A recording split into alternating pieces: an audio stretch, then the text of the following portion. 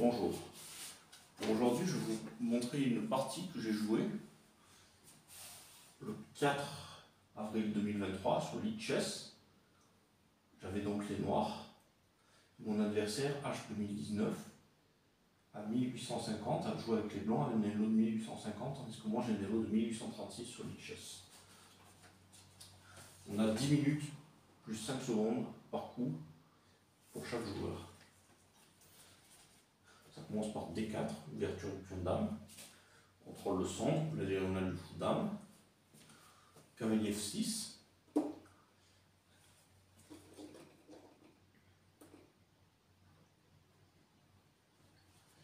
cavalier F6, pour éviter le gambit de dame, par D5, C4, qui est assez dangereux pour les noirs, enfin dangereux. Là, il joue fou F4, plausible dans cette ouverture, quoique un peu inhabituel. D6 pour viser plus tard C5 ou E5, selon le choix des blancs. E3. Bon, il joue soutenir D4 et ouvrir la diagonale de son fou. G6 pour développer le fou en fianchetto. Il est sur cette case pour après contre-attaquer le centre par C5 ou E5.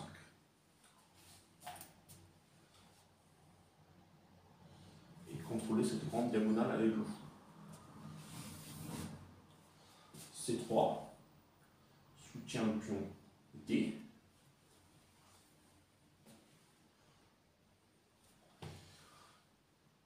Fou G7.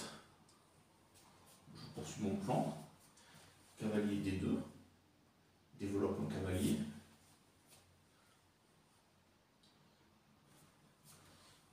Roc.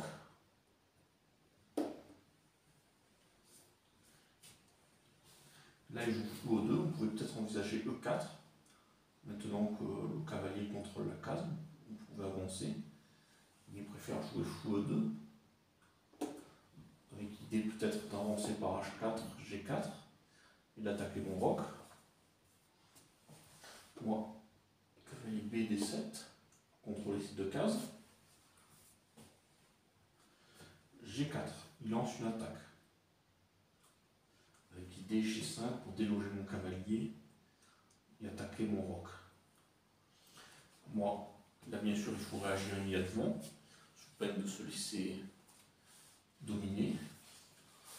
Donc je joue contre une attaque sur l'aile, il faut second contre-attaquer au centre, ce que je fais en jouant E5.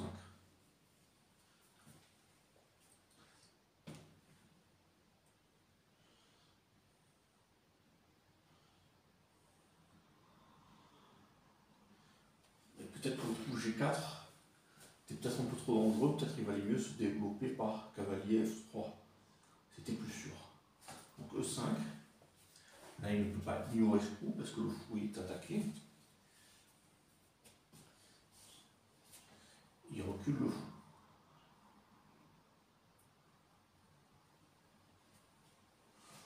Là, je reprends. Je prends avec le pion. Je prends D4.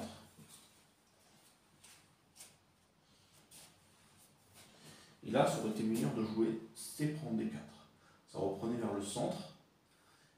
Et ça n'ouvrait pas la diagonale, la colonne du roi et du fou, ce qui va être néfaste pendant la partie au blanc. Donc il reprend avec ce coup qui n'est pas très bon. Ça me permet de clouer le fou par tour 8. Le fou ne peut plus bouger, il est sur la colonne du roi.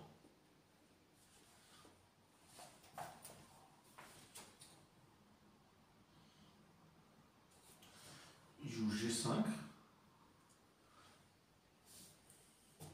Mais là, je dispose du coup cavalier H5. Il ne peut pas prendre mon cavalier. Sinon, si le fou n'avait pas été cloué, je n'aurais pas pu jouer ce coup, bien sûr. Et j'aurais été obligé de jouer ici. Et là, je peux attaquer ce fou. Je vais pouvoir l'échanger. Cette pièce pièce qui est importante en défense pour mon adversaire.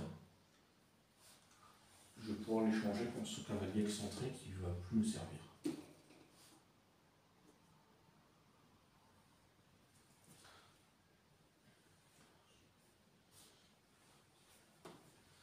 Je joue dame C2, sans doute pour préparer un grand roc, mais je ne vais pas lui laisser le temps de faire le grand roc.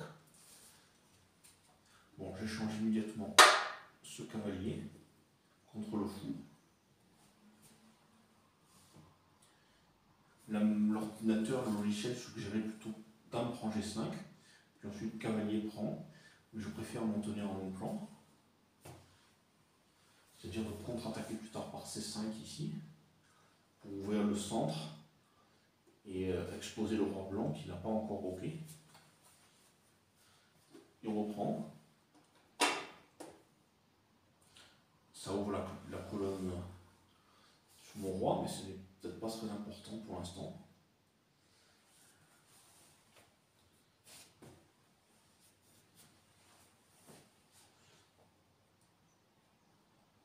Je joue C5.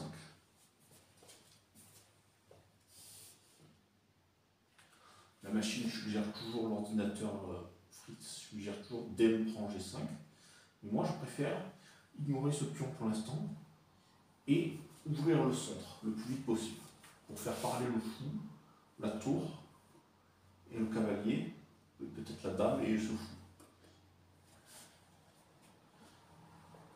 Là il prend, mais c'est mauvais, il fallait jouer cavalier F3 pour se développer, protéger ce pion et renforcer D4. Il est là.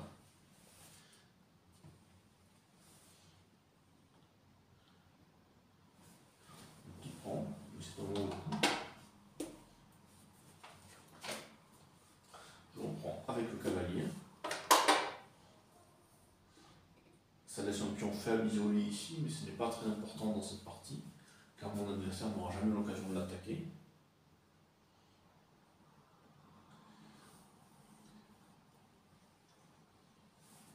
Et là, il aurait peut-être fallu jouer roi F1, puis roi G2 pour se défendre. Le grand roc était trop dangereux ici, je pense. Mais il ne joue pas ça, il joue ce coup qui est très mauvais, F4, pour soutenir le pion G5. Mais c'est un mauvais coup, car ça va nous permettre de lancer une attaque qui va se révéler fatale.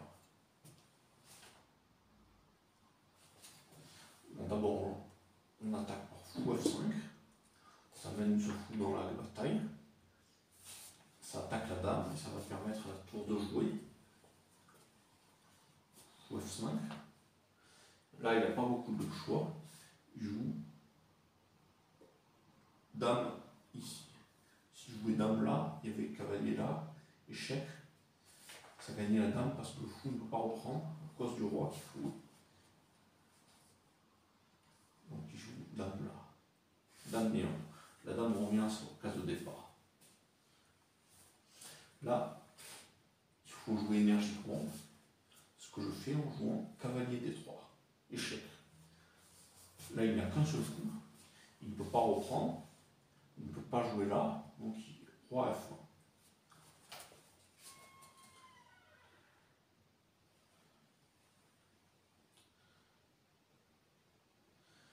L'ordinateur suggérait dame B6, qui était peut-être encore plus fort que cavalier D3, car les blancs n'ont aucun contre-jeu pour l'instant, et ça instaurait une menace nouvelle avec dame B2, et fou prend C3 plus tard.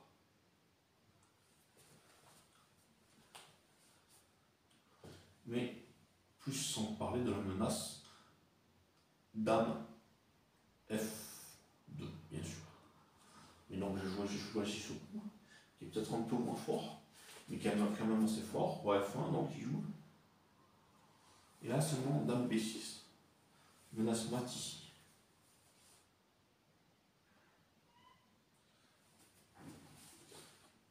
Donc, pour parer le mat, il prend le cavalier.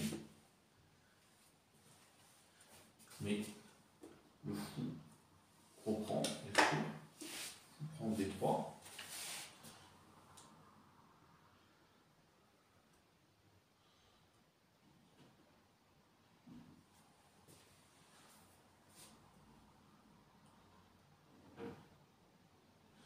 fou prend D3, on aurait peut-être pu jouer tour H2 pour protéger. Peut-être une défense plausible. Donc là, il joue roi G2.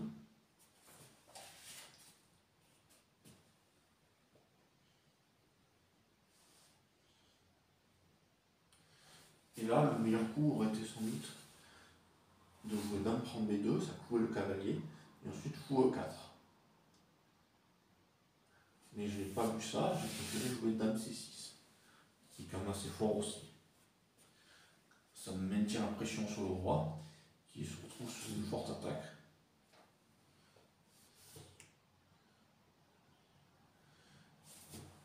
Il joue cavalier ici pour parer l'échec.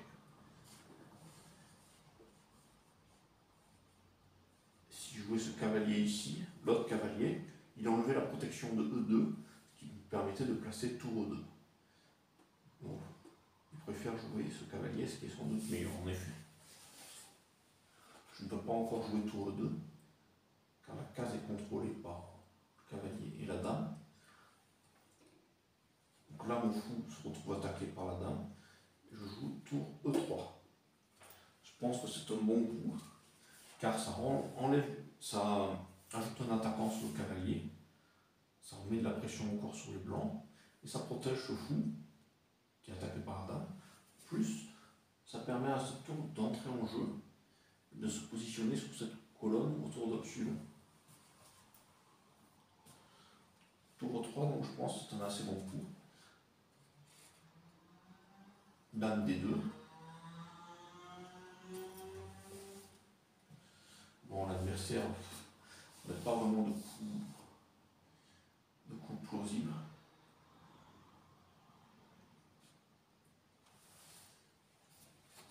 De bons coups.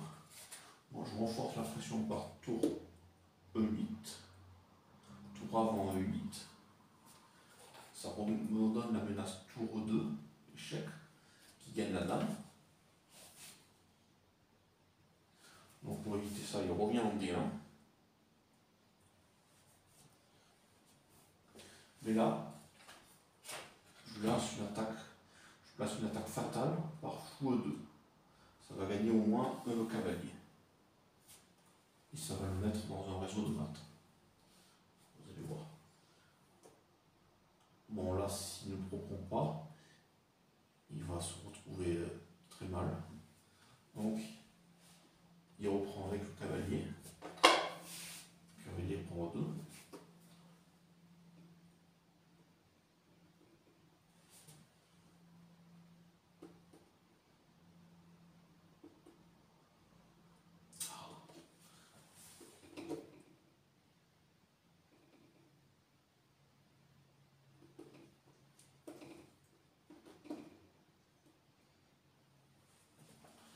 Cavalier prend E2.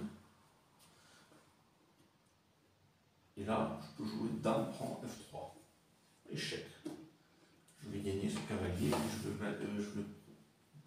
je vais mettre en place le réseau de maths. Roi H3. Cavalier prend E2. Et là, mon adversaire a abandonné parce qu'il ne peut pas parer la menace dame H5 seulement en donnant sa dame. Et encore, ça ne suffit pas parce que tout reprend. Et la menace dame H5 est toujours là. Donc dans cette position désespérée, l'adversaire a abandonné. Et la partie s'est terminée ici en 23 coups. Voilà, c'est tout pour cette vidéo. Je vous remercie de l'avoir regardé. Je vous dis à bientôt.